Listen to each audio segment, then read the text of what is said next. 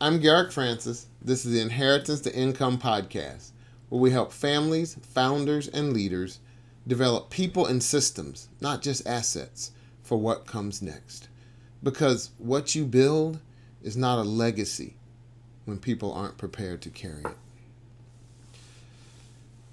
So, this episode, I want to talk about legacy in a different way. Recently, my wife and I went to the movie Michael, the biopic about the rise of Michael Jackson and the Jackson family. But I want to look at it a little differently. Not gossip, not about the music and the movie and the family. This isn't a movie review. This isn't going to dispute parts of the movie. What I want to do is look at it as a family legacy design, as a family system. Because the Jackson story is not just about music. It's about family and ambition. It's about identity and discipline and pressure, about talent, evenly and unevenly distributed. It's about siblings and about authority. And it's about what carries forward and who has to carry it. Too often families build something great, but then one person ends up carrying too much of it. And sometimes it falls apart. Sometimes it limps along. Sometimes it continues on, we think, without problems. But oftentimes, there's something happening behind the scenes. Let's talk about it. But I do want to set some boundaries. We won't be defending or prosecuting or explaining or summarizing one headline. Michael Jackson's legacy is globally influential, complex, and complicated. Likewise, Joe Jackson, love him or hate him, and that's what most people do, love him or hate him. There's really no in between. Influential and complicated legacy as well. But we're not going to debate those things. But oftentimes public stories, they help us recognize private patterns. And many families know what it feels like. What it feels like when one person becomes the one, the center, becomes that person carrying all the weight of the family. And it bears hard.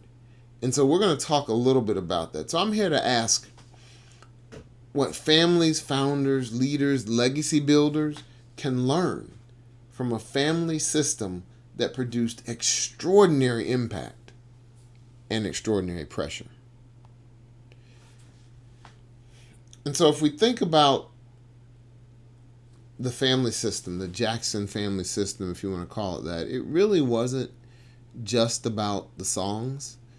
It was a system of performance. It was a system of discipline, of ambition, of long hours of practice, of developing an identity of excellence. I mean, let's be honest. There's no serious conversation about modern music and performance that doesn't pass through or isn't touched by the Jackson family legacy. And so we want to respect and honor that legacy, but honoring that legacy doesn't necessarily mean imitating the full system.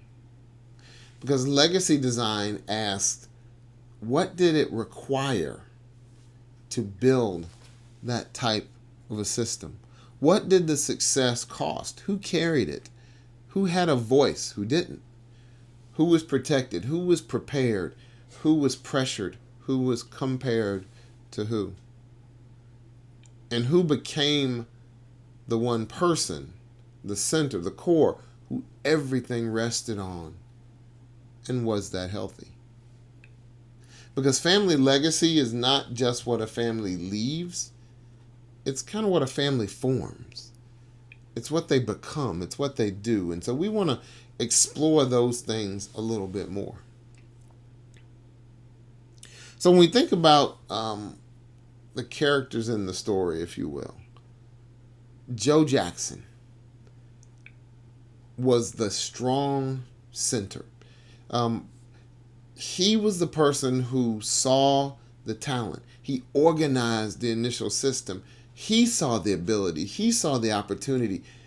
Joe Jackson was the initial visionary. He was literally the driver of the idea, of the van, of everything that started out the Jacksons, the Jackson Five. It was his demand for discipline. It was his sense of urgency. It was the standards that he brought, and it was the immense pressure that he brought to bear. One thing that pops up in what Joe Jackson represents is what I call founder gravity. Founder gravity is that pull that's created when all of the decision making, so much of decision making, confidence, the authority, the responsibility, the relationships, stay centered on one person. And that one person, in the beginning, it's a really tight, good system because that person has the vision. They have the ideas. They have the relationships. They have the skill and the wisdom, the tenacity to push forward. And this doesn't just apply to entertainment or Joe Jackson or the music. It applies to families, to businesses, to churches, to sports families, where one person carries so much talent, but the vision often comes from the parent or from the coach or from the manager, the person who sees it before the individual. And the question becomes is not only what did Joe Jackson build, the question is what did the building require and cost from the members of the family. And that's really the founder gravity idea. The founder creates this strong force around themselves that propels everything forward. And so you see the work, you see the success, but people get caught up in that gravity. People get tossed around. They get weighted down. People can't break out of that gravity. Everything revolves around them. And I think we saw that some both in the movie and in life, where it was really hard for Michael Jackson and the Jackson children in general to break away from Joe Jackson's founder gravity and to create spaces for themselves. And the system itself was even predicated. It was built on Joe Jackson never giving up on his dream for his family, for his children, to get out of Gary, Indiana, to make it big in the entertainment world, to change the world. And that was what we saw as the founder gravity. But it weighed really heavy on the family. So when we take those lessons and apply them to business today and to small business and to families, you've been working 30 or 40 years in a business. You've brought in one child or a nephew or a niece or a family member, but everything still revolves around the founder. There's immense pressure on the other members of the family as they begin to move into leadership positions or leadership opportunities within that system. But the interesting thing is that as the system grows, as success from the outside at least grows, that gift becomes heavier and heavier and heavier. And so all of a sudden we start thinking about the preparation becomes pressure. And while the outside sees the business success, the outside sees the stage success, the applause, the money, the opportunity, the founders and leaders and families are wondering what's going wrong.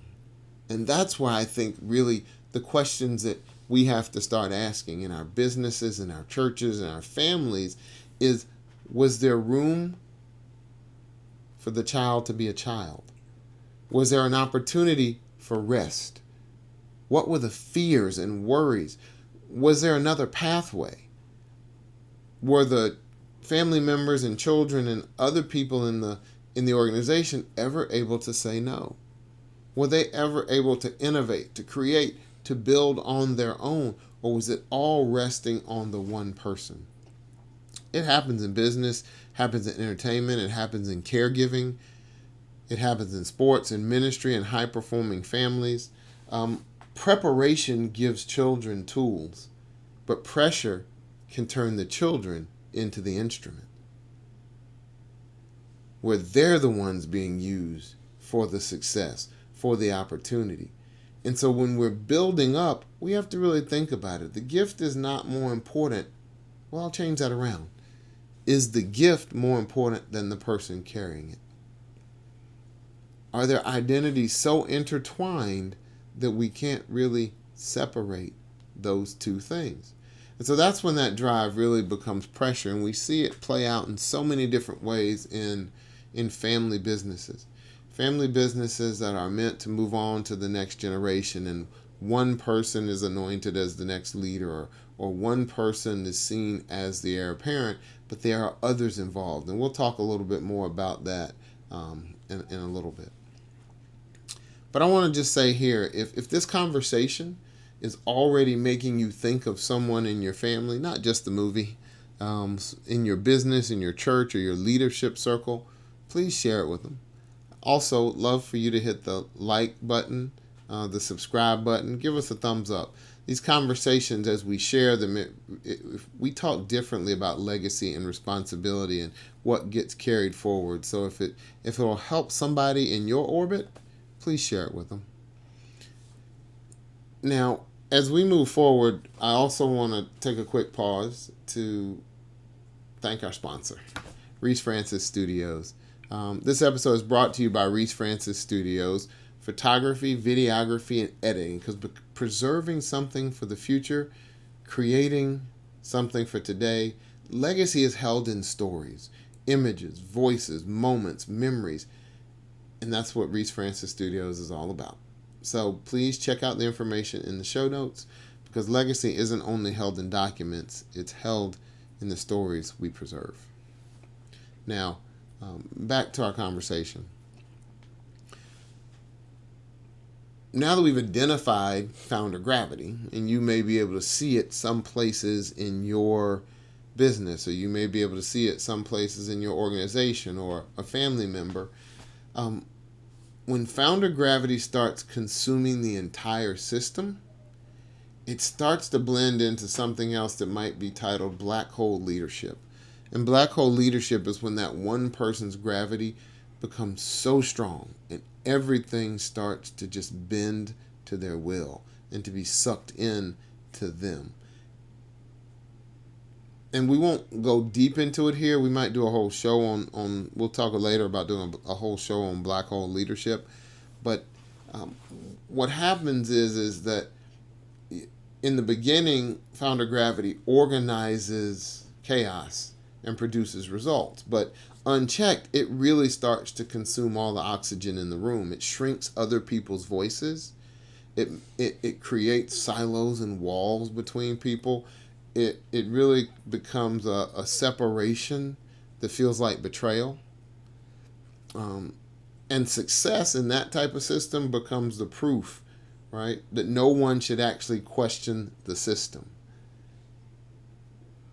So if founder gravity is really the pull, black hole leadership is when the pull starts consuming the entire system, and we begin to forget what the original goal really was. And that becomes a distraction. In the business, the organization, things begin to fracture, things begin to pull apart, things are less certain, talent may leave or separate or not keep going along with the plan, those few that can pull away from that founder gravity. But others, they're just stuck and they don't really know what to do. But when we look at the system, we also have to think about it. If every system has a push, every system has a propellant, a force that makes it go, systems also have to have glue. They have to have something that holds them together. And in this case, we'll take a look at Katherine Jackson. So you had Joe Jackson, you have Katherine Jackson. And let me stop here and say no parent can be reduced to one role. Right? Parents have multiple roles in the relationship. I've learned that in 35 years of marriage. But if Joe was the force that pushed the Jacksons onto the world stage and into the world consciousness and into music history, we look at Katherine, and she really was the center that held the family together. She was the anchor that they needed, at least in the beginning, to be able to create a home of faith and identity and connection and grounding, sitting around watching TV, making sure that her children felt like children. As time wore on and we saw the pull of that founder gravity, it became very difficult. But there always needs to be someone who drives care, who's the vision, who protects the vision, who protects the foundation. There always has to be a peacemaker. There always has to be someone that can think about where we came from and what the original initial goals were for the mission, for the organization, for the family. And that person can be someone who really helps to create that safe atmosphere. So a family legacy needs more than just drive. It also needs that center. And when we look at it in business, we can think about who's the center. It might not always be the person with the title on the door of president or CEO. There may be another person within the organization who everybody goes to, who everybody feels comfortable with, who everybody talks to. Those people are leaders. Those people are people whose talents need to be nurtured and grown and recognized, because that's the natural flow. And so then as we look forward to succession and growth, if we don't include those types of folks in the plan, the legacy design, then there'll be a hole created when the organization continues to grow. And then we get to Michael. Michael Jackson really is the legacy carrier, but it's an example of when one part of the business organization, when one leader, when one child becomes the center of the entire legacy. Not just a performer or a dancer or a songwriter, but really becomes the carrier of the family ambition and expectations and identity and the economic weight and the fame. I mean, Michael Jackson became the brand. He became the face of the Jacksons. It was no longer the Jackson 5. It was Michael Jackson. It was the symbol, the business, the cultural force that changed everything from the music industry to the video and TV industry with MTV. But it's also a very complicated inheritance. Because in that type of system, who protects the person when the gift becomes really, really big? In a lot of different, families and institutions, and especially in this era of NIL, when one child becomes the center of the family legacy, the whole system changes. And the world may celebrate the gift while the person carrying it still needs care. They may not be ready for that weight. Are they prepared to carry the legacy before they ascend to full adulthood, before they've had some of the experiences and wisdom that it takes, before we've instilled in them the things they need? What cost does it bear? Are they allowed to grow, to explore, to be children? Or by the time their gift is recognized, is the world looking at them just as a gift, just for that talent, not for who they are necessarily as a person behind it? And so we have to think about when those things happen, it also has a profound effect on the other siblings, because siblings inherit that system too. They inherit part of the business. They inherit the family name. So Michael wasn't the only one carrying the legacy that Joe Jackson helped to drive and that they built as a family. But his brothers and sisters inherited the name and the expectations. They inherited the comparisons, some of the opportunities, lots of the complications, and that weight was not distributed evenly or clearly or fairly.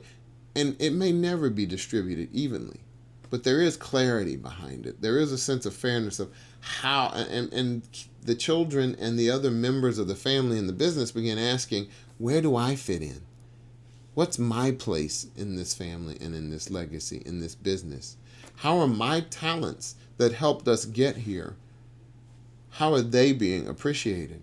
And so when founder gravity, it relocates to the chosen successor or to the child or to the star. And we have to remember the other children, the other family members are not just background characters. They're integral to the success of the enterprise, of what grew the Jacksons, what grew your business, your organization. And so sometimes founder gravity doesn't just disappear, it relocates. And that relocation, that concentrated legacy, it really creates a distributed inheritance that may weigh on people very differently. And so just to say, this is exactly why we created the 12 legacy building conversations every family should have. It thinks about the gifts, the pressures, the roles, the expectations, the unspoken stories, the unaccustomed conversations that we don't want you to ignore. Beginning those unaccustomed conversations about values and responsibility and roles and stories and stewardship, things that you don't want to be guessing about in the future. If you're interested, we'd love to have a conversation. There's more information in the show notes. Request a copy. We'd be happy to send it to you and engage. And if deeper clarity is needed, please reach out. The goal here is not to place the whole legacy on one person's shoulders. The goal is to build enough clarity that the family knows what it's carrying together. And so when we look at the frame of the Jackson story and what we can learn from it, families need to know how to build. But a lot of families know how to build, but they don't know how to prepare people. And so we want to talk about three things: give, live, and steward. The Jacksons gave us music and joy and excellence and innovation and cultural memory and representation in rooms that others weren't allowed into. But for the live part, did the people carrying it get to live it fully as people? Childhoods and rest and ordinary identities. And then the question of stewardship: who protects the gift and person? Who clarifies the roles? Who governs the opportunities and helps the next phase to take off? Who helps them break out of that founder gravity?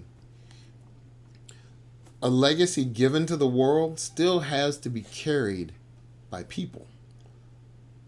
And so stewardship, it's not just growing that gift. Stewardship is protecting the people who carry it and preparing them for what comes next, preparing them to have generational influence and generational impact and generational wealth.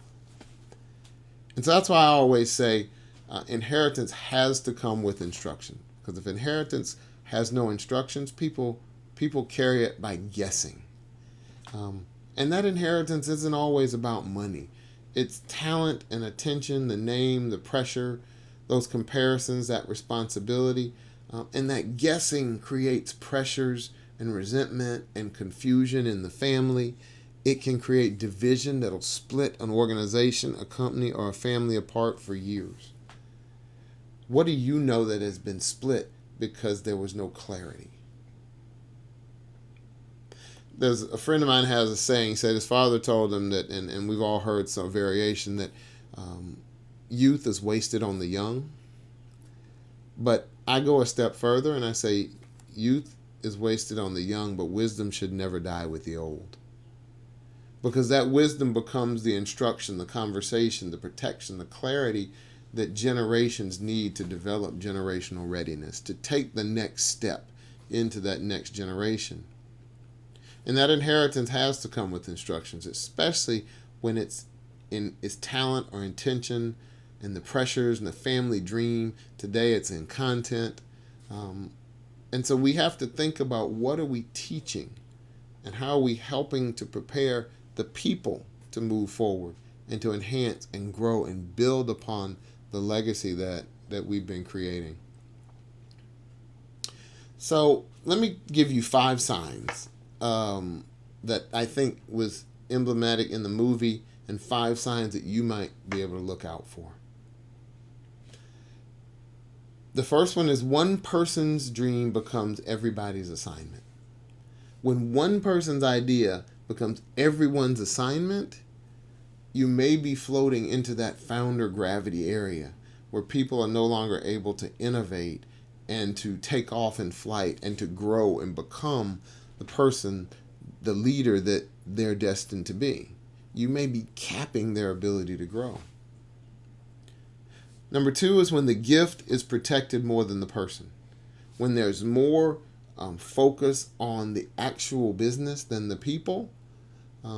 When there's more focus on the gift and what they do as opposed to necessarily who the whole person is, then we begin to think that the weight begins to bear really heavy on the person with the gift. Number 3, when success is used to silence the cost. When we say we're successful, when we say we're doing well, when the quarterly performance is really good, when everybody seems to be making money, but we don't look at the cost that it's taking on the family relationships between siblings, between parents and child. We don't look at what it's costing people. That's number 3. Number 4, when other family members inherit comparison instead of clarity. When we look to our children and they're being compared to the one that's gifted, or the people in the company are being compared to that one person, we've lost focus on developing the other people, because that development, the rising tide, will lift all boats. If everyone is growing, then we can potentially have generational impact and generational influence in the future. And number 5, when separation feels like betrayal. Spoiler alert, if you've seen the movie, you know where this hits.